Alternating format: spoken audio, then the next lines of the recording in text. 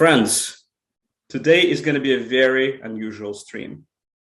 Usually, Yuri Rashkin, the one and only of Rashkin Report, is the one asking questions. But today, and let me try my KGB impression, I will be the one asking questions. The second unusual part is we're going to do it in English. So if you don't speak English, this is your chance to learn English with a Russian accent. Today, we're not going to talk about the global news. Today, you, Yura, are the news. And we want to know, everybody, I think, wants to know what's going on with this man, the man, the legend. And I think our viewers will want to know this as well. So let's start with your successful re-election campaign. You got re-elected as the member of Rock County Board of Supervisors in Wisconsin. So what happened there? People just went back and voted for you?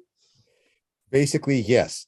Dima, thank you so much for this conversation, for opportunity to share some thoughts, and let's see where this goes. Yes, I usually am the one asking questions, but you know, I do give interviews quite frequently, so I should be pretty good at this, except I usually do it in Russian.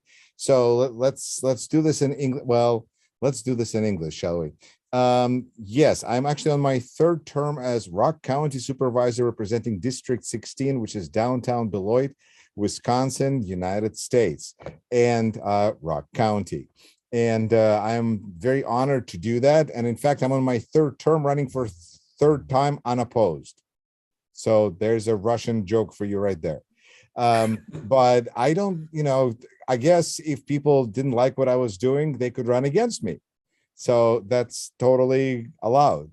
And in fact, many races, there are people, you know, it takes all kinds, but we have 29 supervisors on the board of supervisors, and I happen to be one of them. Prior to that, this is actually my second public service opportunity, because I served for 4 years on Janesville City Council, which a lot of people somehow remember me for. And that was, right, there's two bigger towns, cities, metropolises in Rock County. One is Beloit, where I live, and the other one is Janesville. Janesville is considered the county seat. They have twice as much population as we do here in Beloit.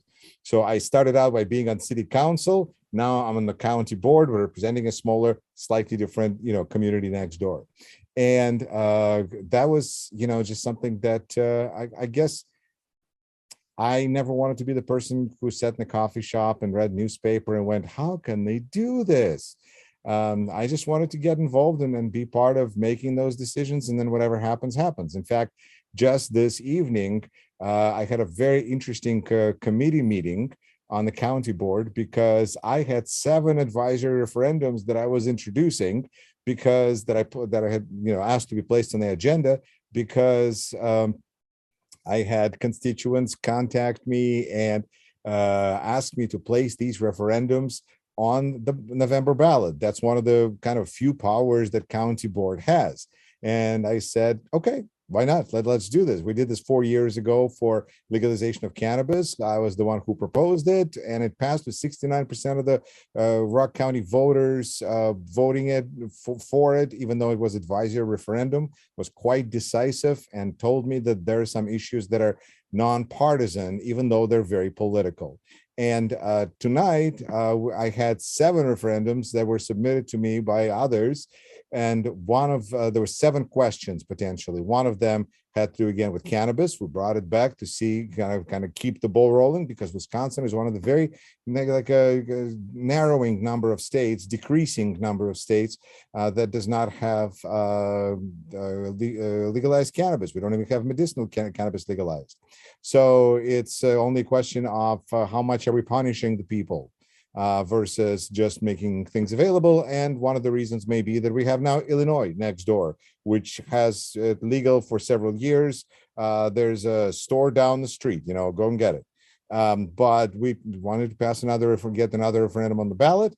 On top of that, we had 5 questions that were brought to me by a retired doctor and a retired teacher, married couple, who got really disturbed by all the gun violence. And they had 5 different questions on various things that we can do to limit the proliferation of firearms in our communities. And this is a very, very personal and emotional question for a lot of people in Rock County. So I was not surprised when a lot of people came out tonight to speak on this issue. And the 7th question was support of women's body autonomy, because Wisconsin is now like back in time. We're being governed by a law from 1849, believe it or not. And what rights did women have in 1849? They couldn't even vote back then. And that one to me seemed like, in my opinion, probably had the strongest chance of getting on the ballot, because that's what, I mean, there are so many women, and people who support women, and all of that kind of stuff. And we had room full of people. They all spoke, and I felt so incredible, because like I was like, I am guilty. I put these, used my power as elected official, and I put those on the agenda to be reviewed by another committee. And then it would have went in front of the full board. And if the board would have decided, it could be on the November ballot. And then every voter in Rock County would be voting on this question that I had kind of started the snowball going down the hill. And to my really surprise, when it came time to actually introducing, not a single one of the advisory referendums was introduced. It doesn't mean it didn't get a second, it didn't get a first. So what happened was the chair said, we have next item on the agenda, this proposed resolution for a referendum. Do I have a first? Silence, silence, silence. The chair goes, the motion dies for a lack of for lack of first. There was no need to, there was nobody who could even seconded it. So nobody decided to go on record and say that they would do it. Now, I gotta say, that was a pretty small room that was really packed with people. And the committee members were surrounded by people who just told them not to do something. So, and especially considering that the question was about assault weapons, which is a kind of a powerful topic. And that's surprising, because you have other Democrats on that board, right? We do.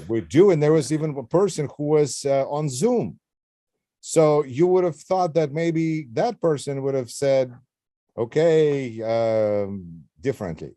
But no, not nobody. So that referendum did not get a first, it did not get a second, and it's done. There were, I don't know if a single male spoke in support of women's body autonomy. So on that level, I was very glad that I got to be the one to at least bring it forward. But there were several women who spoke in support of that referendum. And, I was just so touched because, like, again, I was accused, or not I, but the board, because this would have been a board decision, was potentially accused of trying to raise turnout at elections. And like, I was like, wait, why not? Why wouldn't we want to increase number of people voting and participating in democracy? I was really thrilled that there was a room full of people who cared about something enough to come out.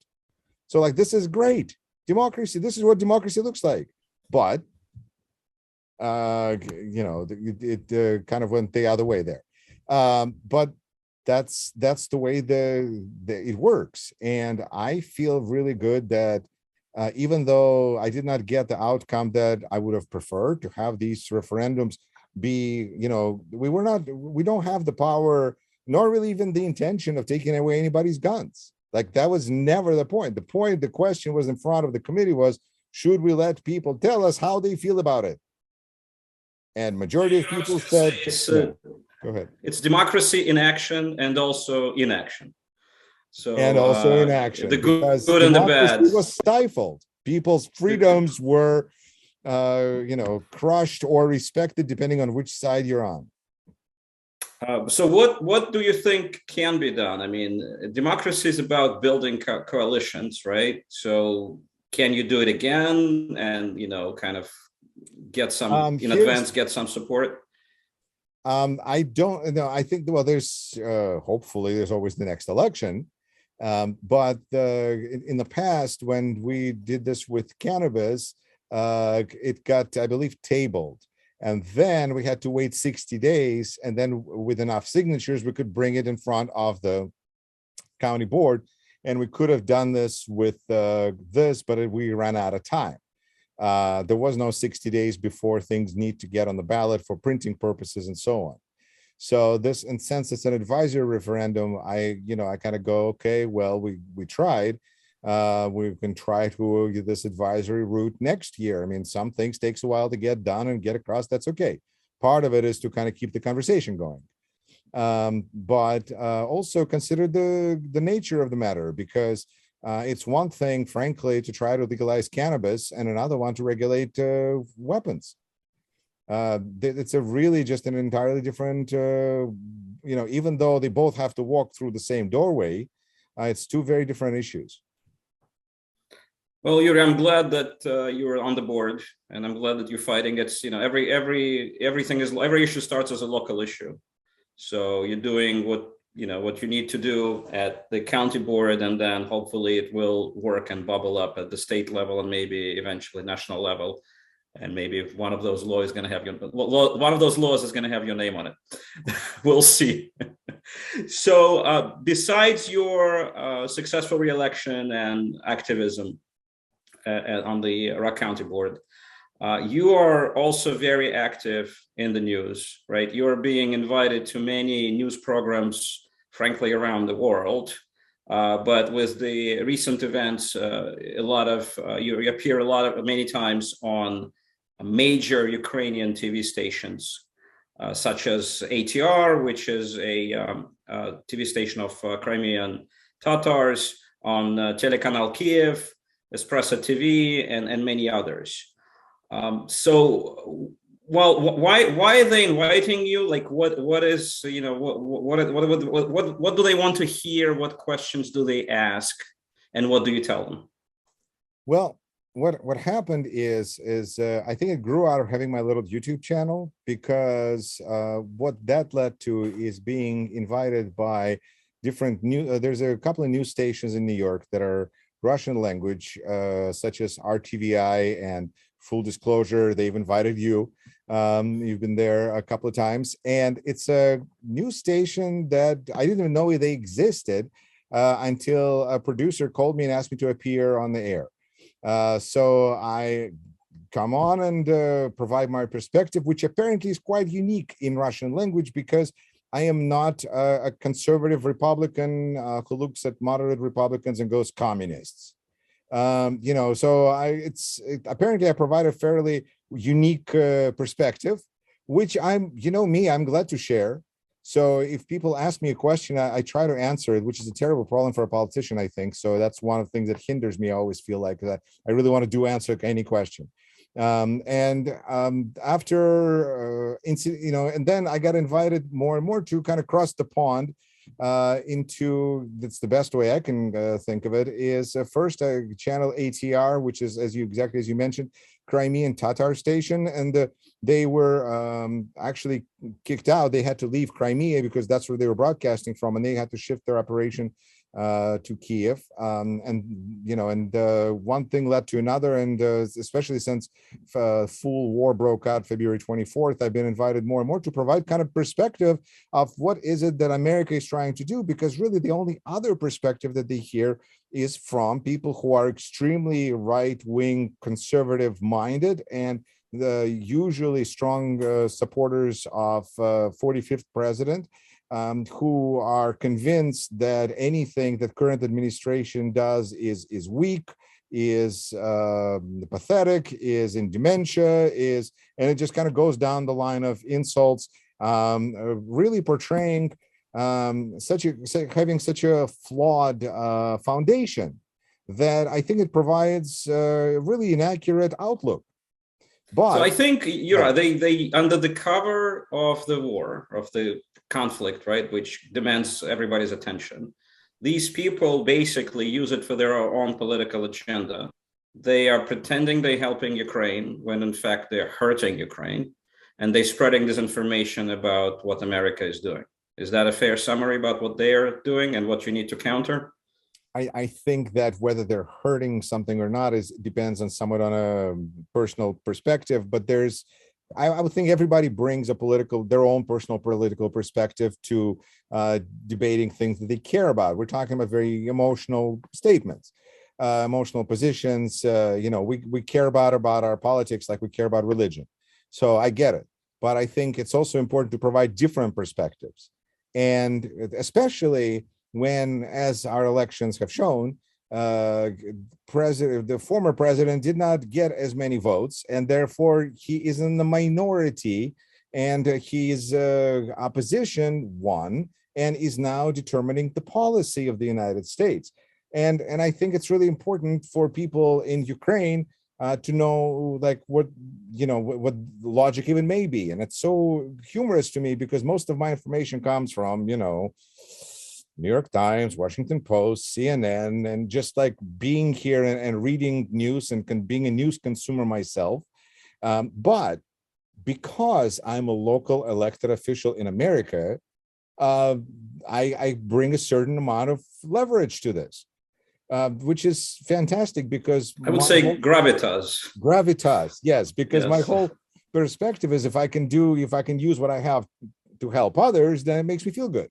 So I go, that's great. I'm a local elected official in Beloit, Wisconsin, but now I'm being invited on Ukrainian television to talk about the American perspective on current events and what is going on, and it's really just without malice, because I think that a lot of the perspective, whether it's harming or not, it's very malicious. It's very it's just a perspective that I think is ultimately not beneficial for anybody, especially for people who are finding themselves in a very stressful situation, such as Ukrainians are right now. And so when I just come on TV and say, continue messages of support from American people, from American administration, that, we are here behind you, don't believe messages that America has deserted Ukraine and is just so terrified because of what happened in Afghanistan, that this is really bad thing for Ukraine, and so on and on and on. That's not my message. My message is of hope and of hopefully some more realistic perspective. So I find myself, because of it, somewhat in demand, because what I think really happens in my experience is that usually if Russian immigrants, they find themselves being of more liberal, progressive mindset, they just stop speaking Russian. They shift into English speaking world, because there they find majority of everybody else who speaks English and who usually has some kind of, the middle of the road views. Yeah, there could be different possibilities. It's not just these people are terrible and these people are amazing. World is a complicated place, and it's nice to kind of see some shades of gray. Russian language frequently tends towards more conservative and so on, and it's a bigger conversation there.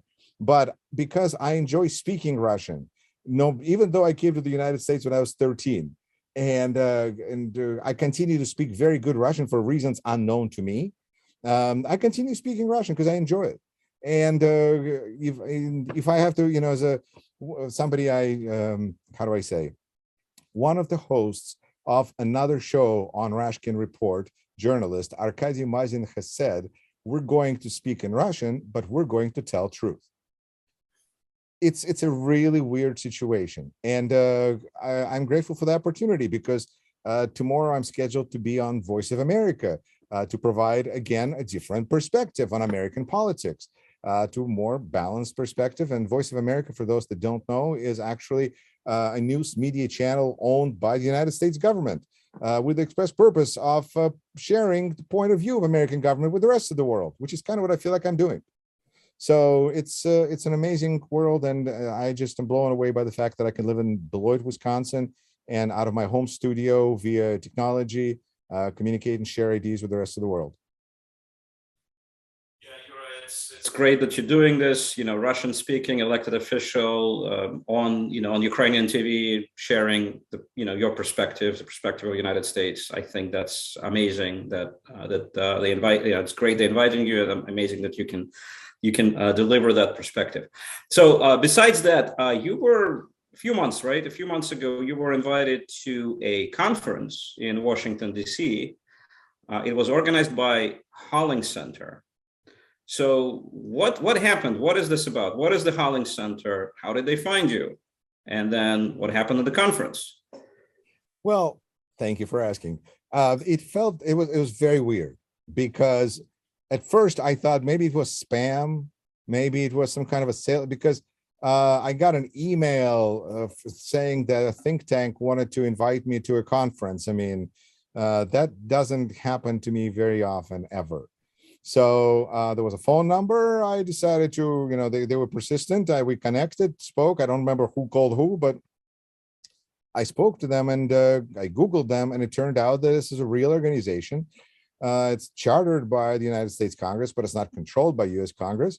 And it's an organization that is tasked with building better relations originally between the United States and the Muslim world, but has since, especially since the war in Ukraine began, became interested in a bigger question of diaspora relations, because America is a land of immigrants. And one of the ways to call immigrants is diaspora, because you have people who are not living where they maybe originally historically have lived. Excuse me. So apparently I am part of Russian Jewish diaspora. I don't live in two places I could have lived potentially historically. And with all of that, they insisted that they're a real organization, that, so I believed them. Like I said, double checked. But then, I checked with other people that know something about Washington Russian circles, and they didn't recognize the name of the Hollings Center, which honestly, again, I consider to be a good sign, because I was not interested in becoming involved with changing Russia or anything like that. No, thank you. But this, I'm interested in making America great. Oh, God. And so Hollings Center had a conference. They said they're going to pay for everything. And they flew me out to Washington, D.C. and put me in a nice hotel. How could I say no? I mean, this was interesting. I figured if at least this will be something I can talk about on my streams, right? And make America great, build America back better. That's right. And let's build America back. The Hollings Center. What they did is they assembled a roundtable discussion. That's usually conferences are, is you have like discussions. And this was a discussion that included a small number of people. I think there was between 10 and 20 of us. And all of us were diaspora journalists, but from different diasporas. And there was two of us that represented the Russian diaspora journalism, myself, and Ruslan Gurji, who is editor-in-chief of this news outlet called Slavic Sacramento, slavicsac.com. And he is a professional journalist who covers Sacramento and Russian for Russians who live there. I've worked with him on we connected, I guess, on different things, because work would be it's a different part of the different story. And so I knew of him. We've interviewed each other, and it was good to see him for the first time, because I've never seen him in person. Why would I connect? He's all the way on the West Coast in Sacramento, and I don't go to Sacramento very often, and he doesn't go to Wisconsin. So it was very cool that we got to meet and say hi and kind of see each other face to face. And then we also had a couple of Turkish journalists. We had a couple of journalists from Nigeria, and a couple of Arabian journalists who were working with Arab diaspora. And that was, for me, as somebody who is Russian Jew, was probably the most interesting meeting, because they're, Jews and Arabs, they got this thing, And it was very interesting to speak with them because one of them is a publisher of a fairly popular Arab newspaper in Southern California, and one of them is a producer at National Public Radio.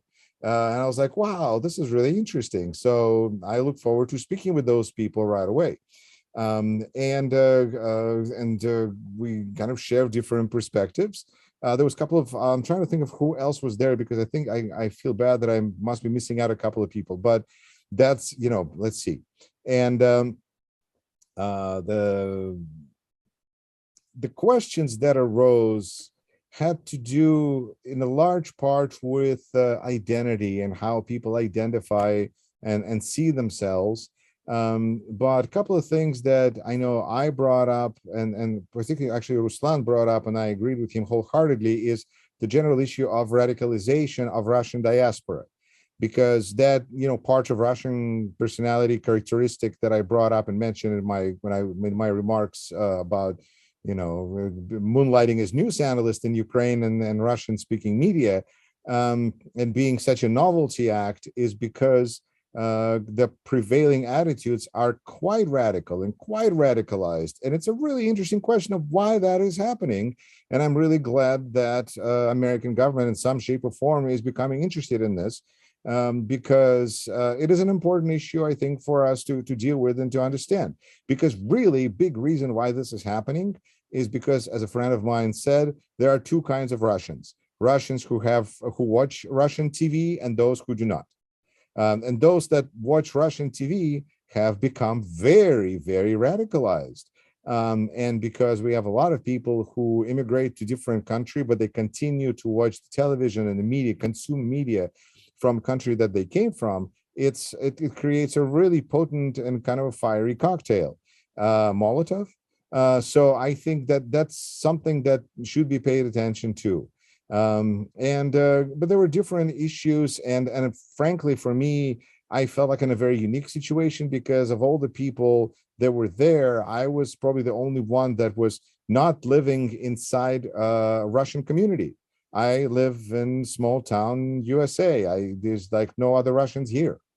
And everybody else was somebody who was as a media person working for their community. So I felt like it gave me kind of a different perspective. But nonetheless, we'll see what happens forward. I asked the people who were running, the Michael Carroll and I'm trying to think of the other gentleman, what would they consider to be a successful outcome? What are they looking for? And what they told me is that a few years ago, when there was a peace agreement signed in Afghanistan between two warring factions, both of the people from the, 2 out of 3 leaders who signed that peace agreement met each other for the first time at a meeting of Hollings Center. And so that they consider themselves, they wanted to be seen, I think, as a place that brings people together. And they, so it's a very long-term strategy, but at the same time, there's some really big issues that I'm really glad to see somebody pay attention to, and somebody who has, I think, some, again, gravitas and legitimacy, both. And it was really cool to be there and to be part of this experience. I should mention that the reason that I came to their attention is because they watched one of my very few videos in English language on Rashkin Report. And that was a video where I interviewed you, Dima, about what is it that people should know about conflict in Ukraine. And apparently after all of that, they decided that something that occurred that they felt was, was worthy to continue the conversation in Washington, D.C. And then who knows what happens next. But it was a really cool experience. And, I think to me, life is rich when it's rich in experiences. And that was a rich one. Are there anything specific that you can say that came out of this meeting, or maybe there's a future meeting, or it was really just for you guys to get to know each other? It is to get to know each other. They have kind of a, well, first of all, they promised that there will be a report forthcoming on the meeting. They were taking a lot of notes, and so I expect that to come out of it. In addition, they hold semi-annual or regular meetings. So who knows, the conversation may continue in some shape, size, or form. But I feel like we created some kind of a blip on the radar, and it's now the ball is really in their court. I think all of us journalists and the journalists from Turkey, for instance, I was very impressed. One of them is a Washington, D.C. correspondent for a popular newspaper or news agency, like a White House correspondent for, a news agency. And the other one was a news presenter on Turkey television who now runs a school where she teaches people how to speak proper Turkish language for television, because apparently in Russian they just don't swear in front of TV, and that creates a very different culture already. In Turkish they have a whole other a dialect or something that they have to speak for television, and so the way they speak, and so that's is her specialty. The two gentlemen from Nigeria, one shocked I don't know what out of me, because they're both actually are professors in England. And one of them came up to me and all of a sudden started speaking to me in good Russian. And I went, what? I said, well, yes, I spent 9 years in Moscow studying at Moscow State University. And I was like, wow. He told me, he said, it's really interesting, because when we had students from Nigeria, they would go both to Soviet Union to study and to the United States. And we joked that those that went to the United States came back more communist, and those that went to Soviet Union came back more capitalist. And I think that's a really astute observation, because that's maybe there's a grain of truth in there. Did I answer your question? Yes, Yura. So before we close, is there anything else you want to add? What's going on with you? Any news that our viewers might want to know? Maybe things that are coming up? I'm trying to think of what it is other than a general message of thank you for watching and support this channel on Patreon. I don't know that there's too much to say. I think my goal, I guess what I would really like is I would like to be able to do more of the shows in English, because right now this channel is 95% in Russian. Because that's where the audiences are, and that's great, because a third of the channel's audience is in Russia, about a quarter is in Ukraine, and the rest are scattered Russian speakers all over the world, because that's how Russian speakers are these days. They're spread around. But I think that what I've been able to do is tap into some really good people as guests, who are, as you mentioned in the beginning, may speak with a strong Russian accent, but they deliver a really important point of view. And I think it'd be really cool to do more programs where those are the people whose voices are heard.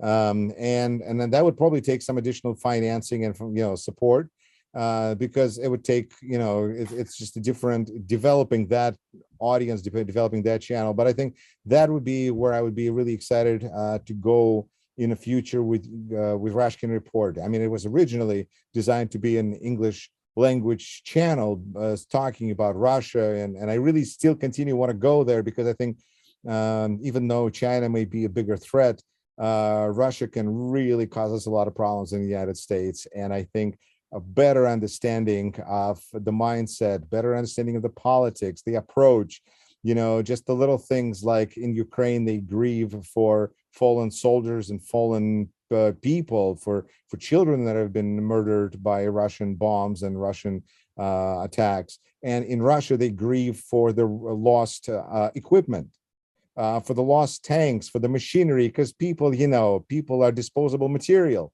But weaponry, that's hard. You got to replace that. That's difficult.